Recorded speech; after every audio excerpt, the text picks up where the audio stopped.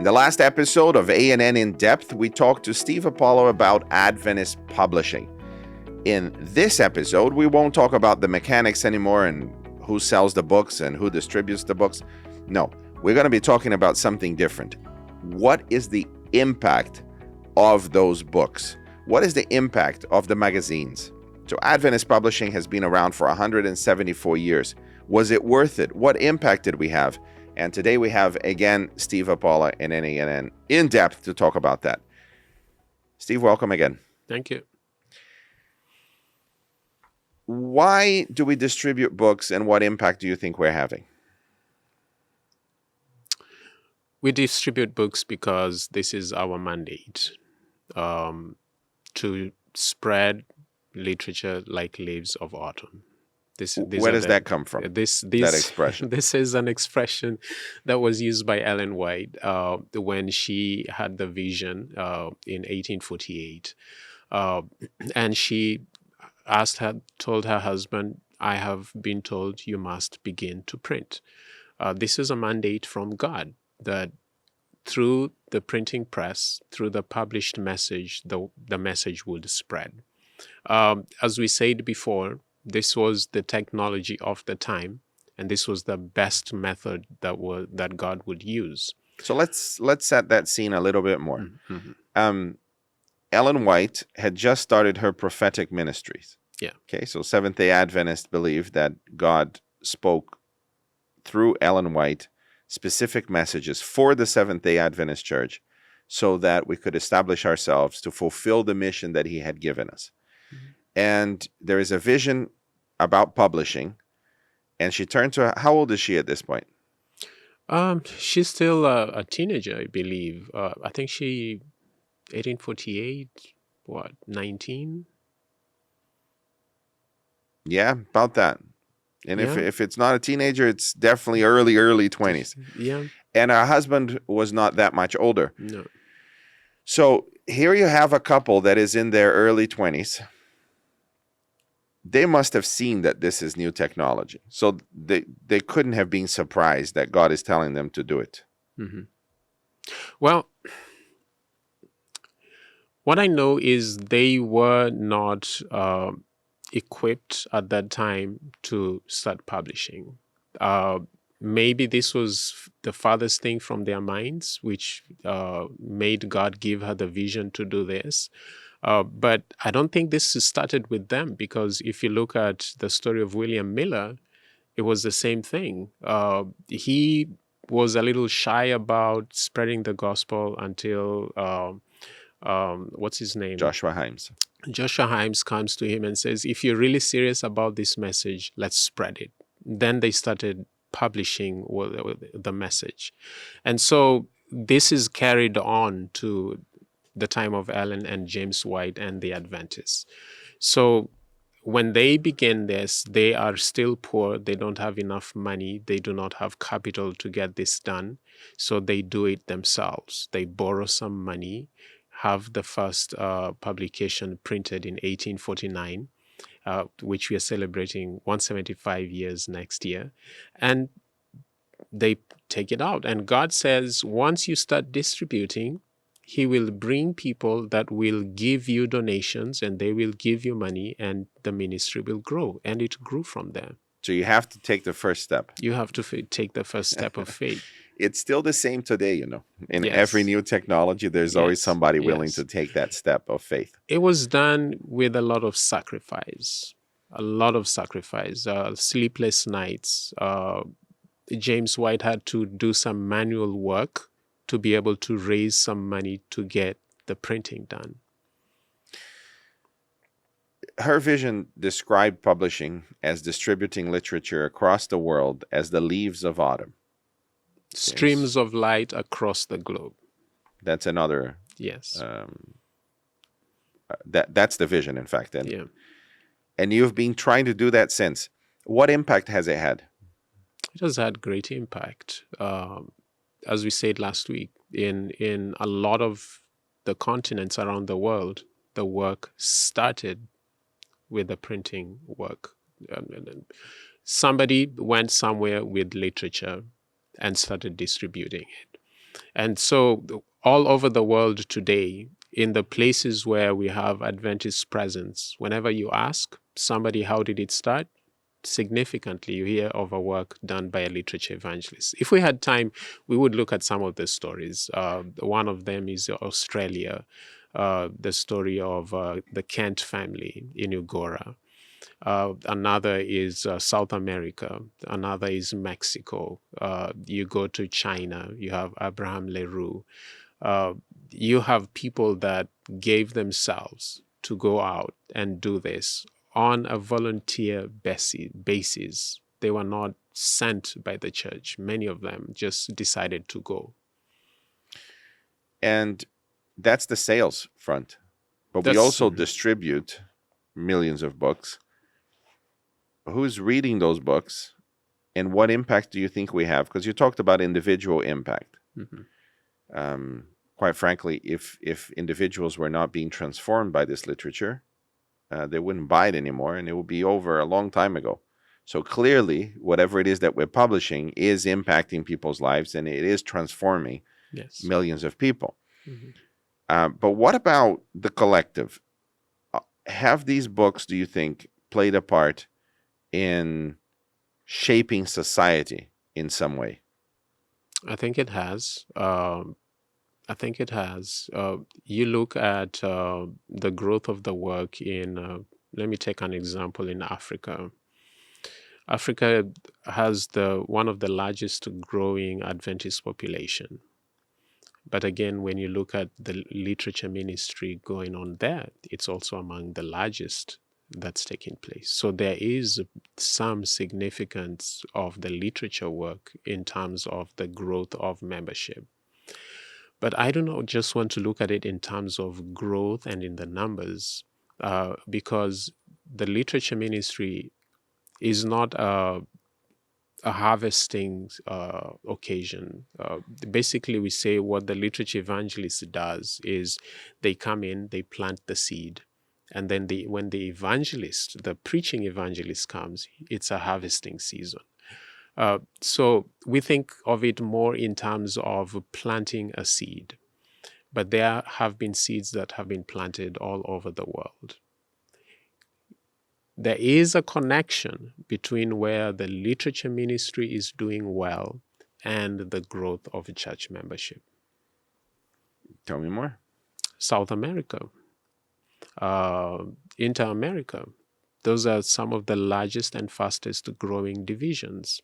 But also you look at the connection with literature work, that's places where they have the best literature work taking place. Let me give you a simple example. In South America, for example, Brazil, your country. Yes. You have one of the best and the largest student programs. More than half of the students that go canvassing in the globe, 10,000, come from your division. So, and this is the division that now is producing the most missionaries around the world. There's a very close correlation. There's a correlation between this. Well, if people have the resilience to go to sell books constantly, it is one of the hardest things I've ever done. They have the resilience. They can do anything, Steve. That's right. They have the resilience.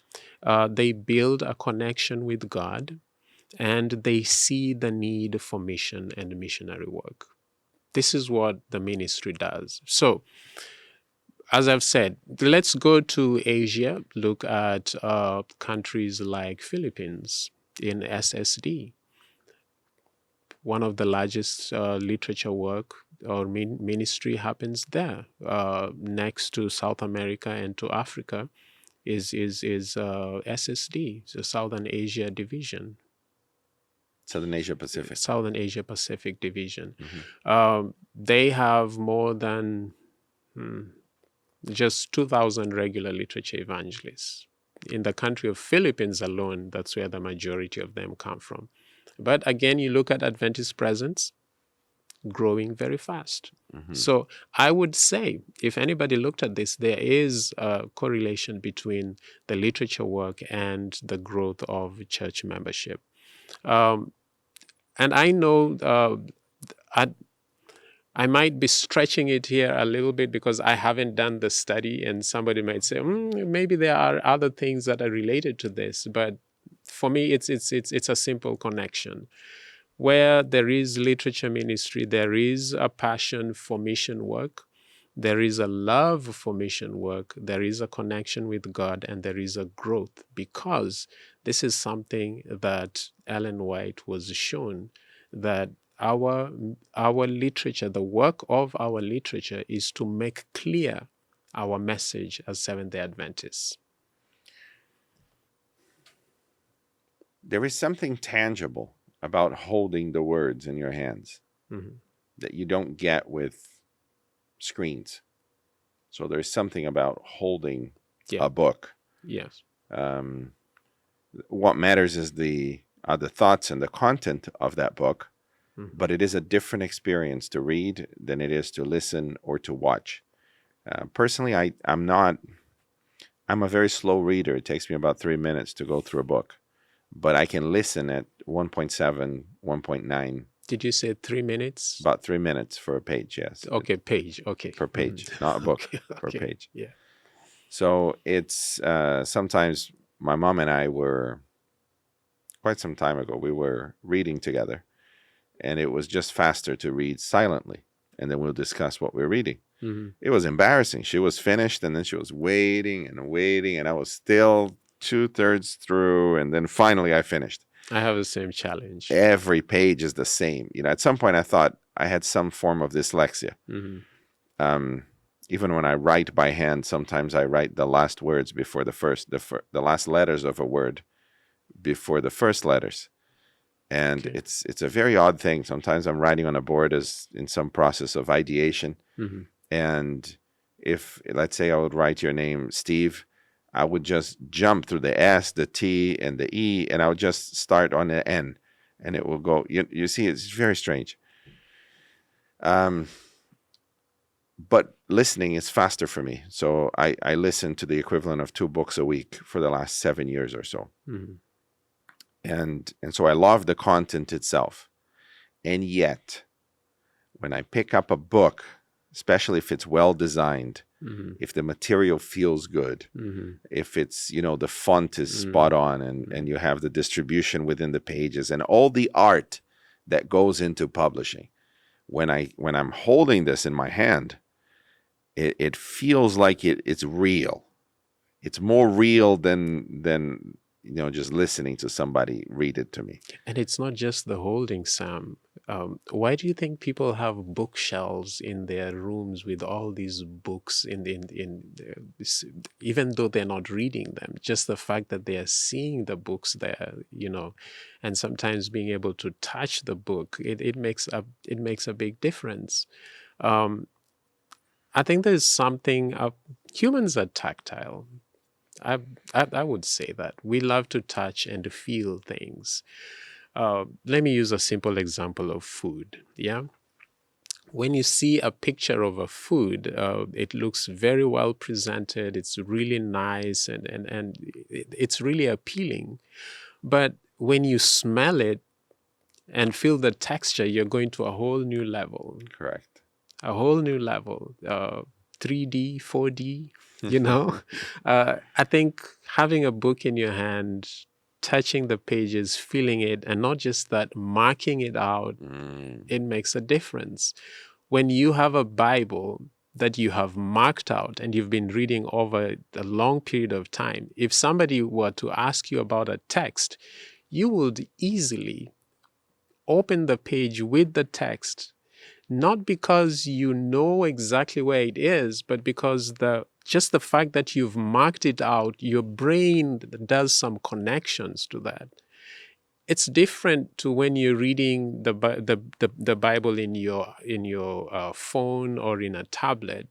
You can mark it out and everything, but somehow that connection is not there. With the Bible, you can put your finger in the middle and kind of estimate where the page is and very quickly open that. How do you do that with a tablet or with a phone? You're right. I struggle with Kindle.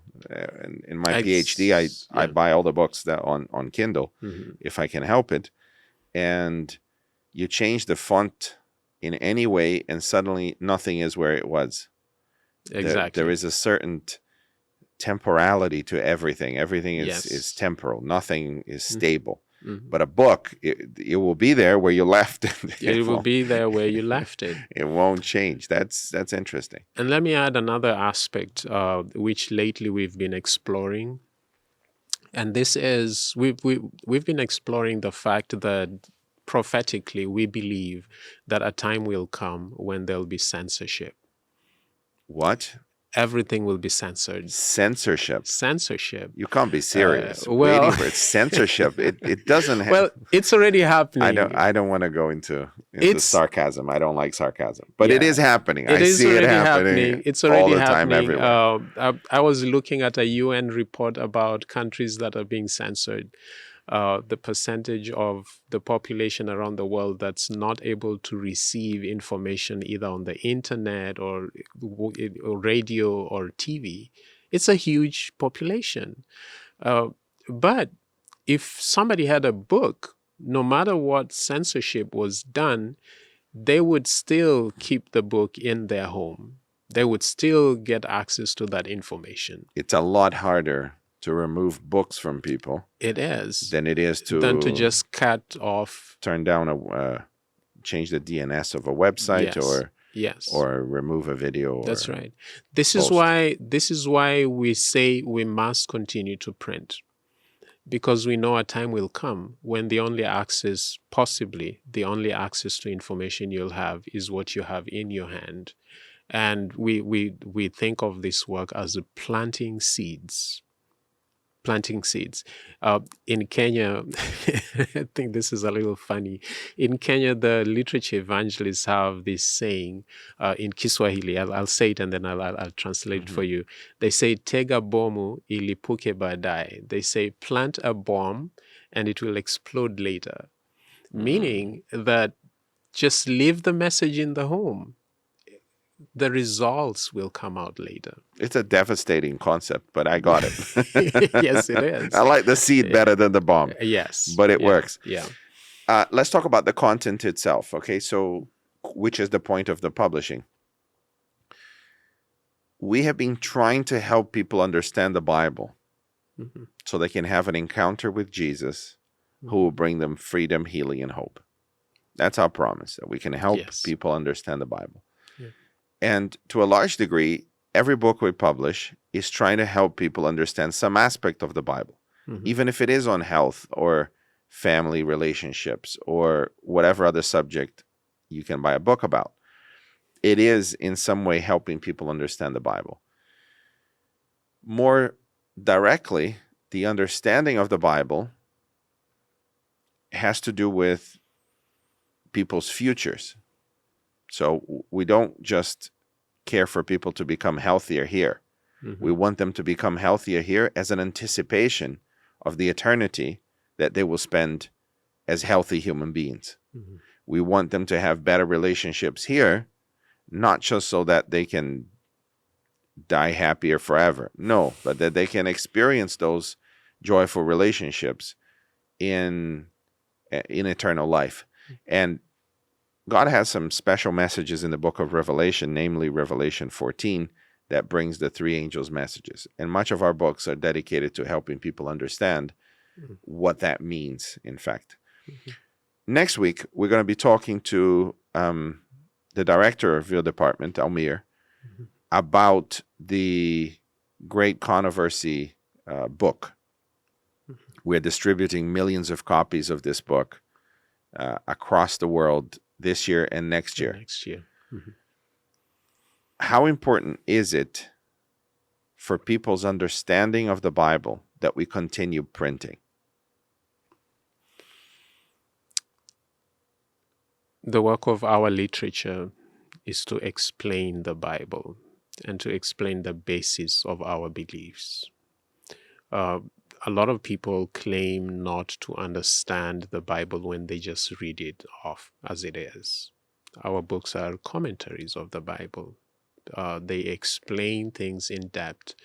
They make things clearer in simple language. They connect the dots that people are not able to connect when they just read the Bible as it is.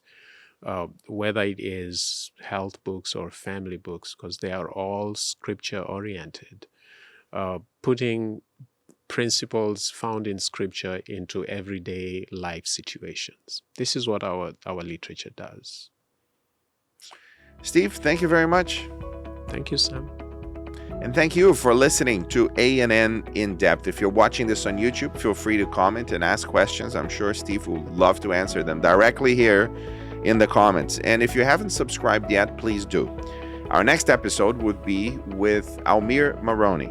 He is the director of the Department of Publishing for the Seventh-day Adventist World Church.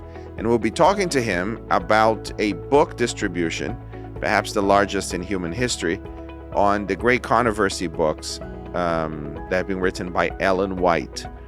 And if you are interested in that, there will be some controversial questions asked about why so much money spent on distributing books. So if you're interested in that, we'll see you in the next episode.